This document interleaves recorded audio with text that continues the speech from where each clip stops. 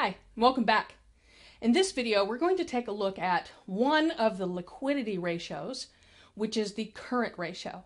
We'll actually go through for an industry how to calculate it, look at what it's telling us about the companies within this industry, and hopefully you'll start to get a sense of how you can use this for your own empowered look at your own company or any other company that you are interested in as far as investing. So without further ado, let's get started.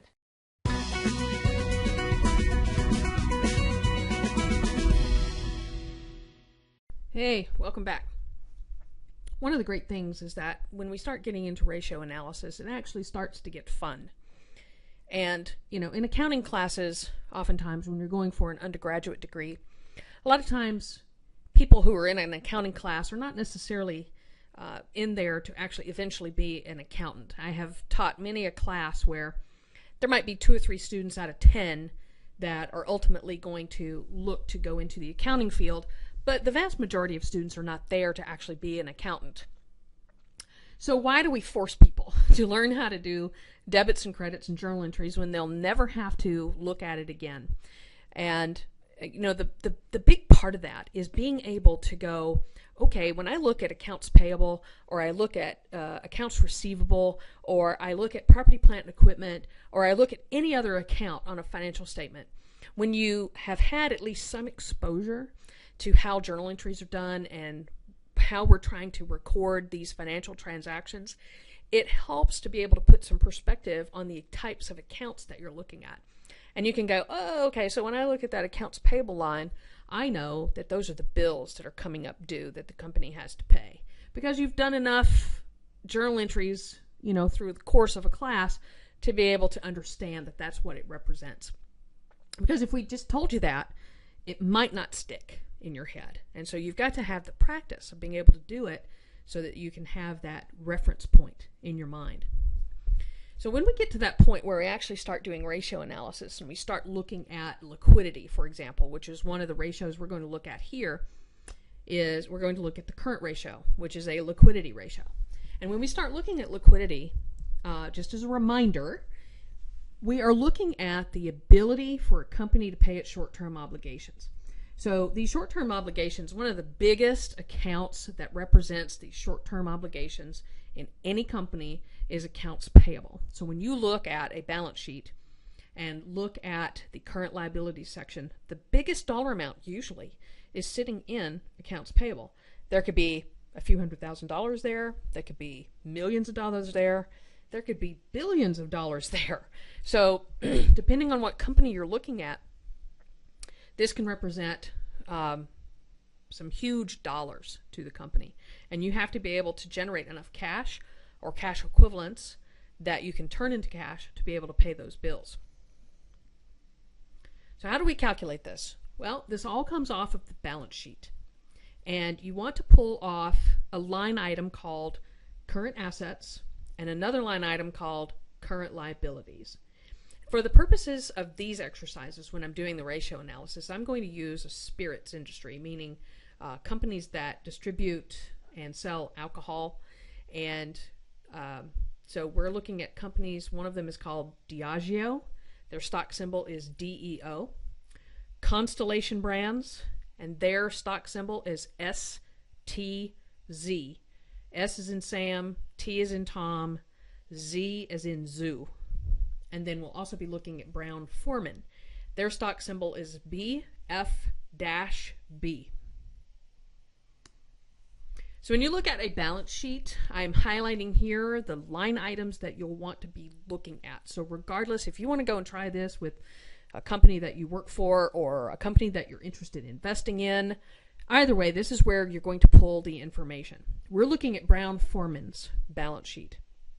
And their current assets line for 2014 has $2,177,000. Now I want to highlight for you that if you look right above the date that says April 30th, 2012, it says that all numbers are in thousands. So when you're looking at Yahoo Finance and you pull up anybody's financial statement, that piece of information is going to be up there. So in essence, these numbers should have 3 zeros added to them. And so really what we're looking at here for current assets in 2014 for Brown-Forman is $2,177,000,000. And then down towards the bottom, you've got total current liabilities. And for Brown-Forman, we've got $561 in 2014. And if you look at that right above it, you can see that accounts payable is the largest amount of dollars in that total. Now, if you look at the upper part where you're looking at the current assets, the cash and cash equivalents is a fairly decent number.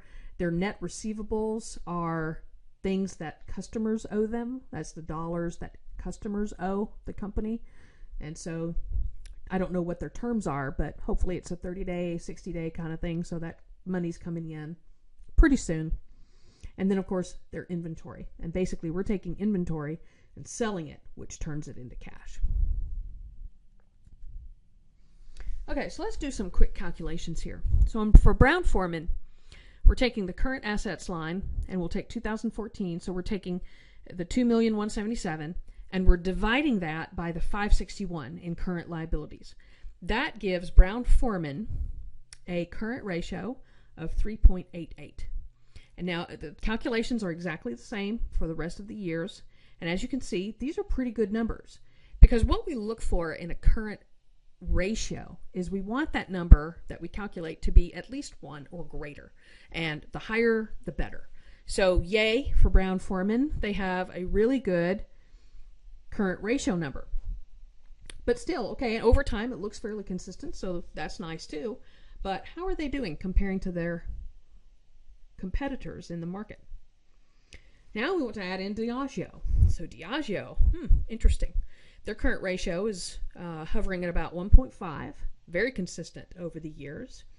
But they are much lower than Brown-Forman. So we would want to take a look at, why do they have, much higher current liabilities as opposed to Brown-Forman? Now, these numbers, of course, can illustrate the fact that, one company is much larger than another. But when you look at, in comparison, if you say, okay, if I look at Brown-Forman, I've got $2,177,000. The current liabilities is $561. In relationship, that's about a quarter of the size of the current assets. But when you start looking at, in 2014 for Diageo, the current assets of $12,771,000 and current liabilities of $8,295, that's about a 70% ratio when you look at, comparing those two numbers together.